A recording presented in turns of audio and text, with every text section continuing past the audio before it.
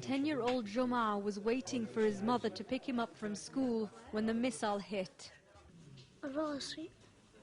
My head hurts so much, he tells me. And I don't know what happened to my friends. His UN school happens to be next to a police station, and the strike hit at precisely the time children were going home.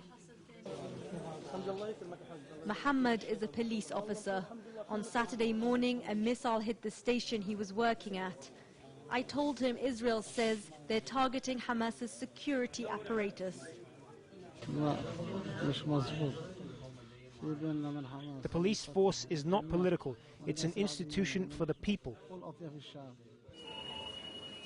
And Rawya is a doctor.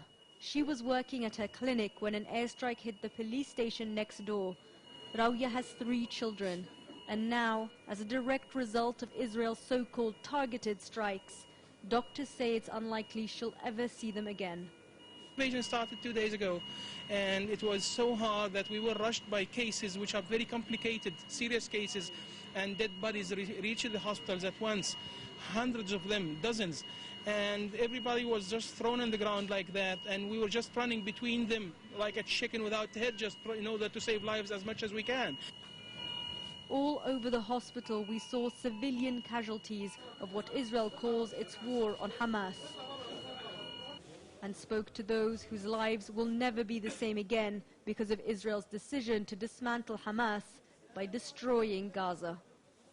The hospital is chaotic. Hundreds of people are just standing around waiting. There aren't enough beds to treat the injured. There isn't enough spaces in the wards for the family members who are waiting.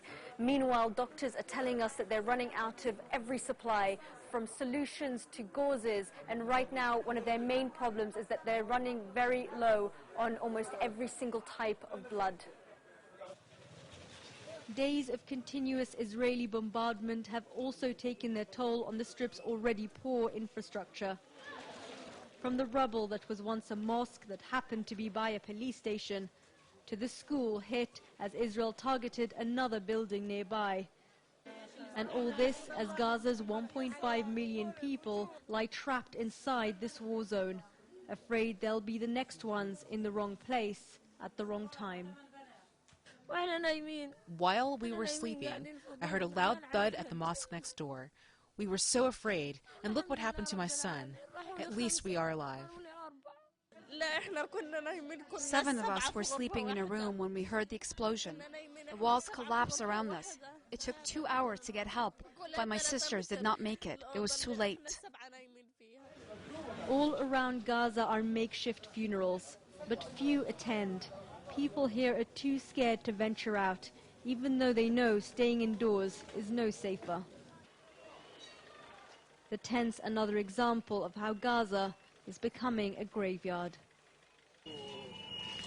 And as Israel promises to continue its war as long as it feels necessary, what everyone here fears is how many more lives that will take. Shireen, Tadros, Al Jazeera, Gaza.